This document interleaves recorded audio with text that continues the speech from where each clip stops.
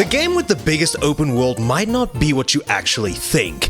Now, I've just recently been playing a game called Silk, a game that advertises itself as having an open world 5 times larger than the already existing largest video game map.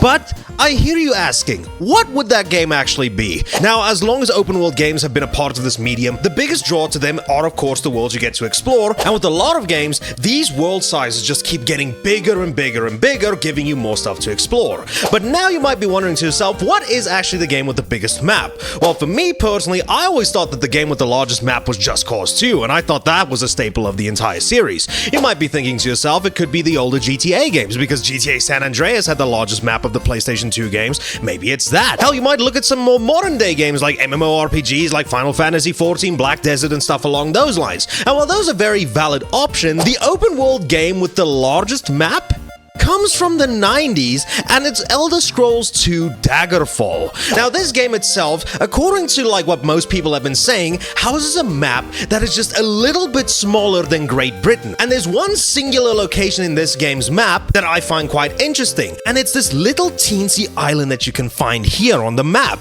And you want to know what's a fun fact about that little tiny island? Is that that little location in this game is larger than the entirety of the map in Skyrim. So it's quite interesting to think that a game from this old houses the largest open world that we have in an official release. But still, it's insane to think a game from the 90s was this advanced when it came down to how big of a map it was able to have.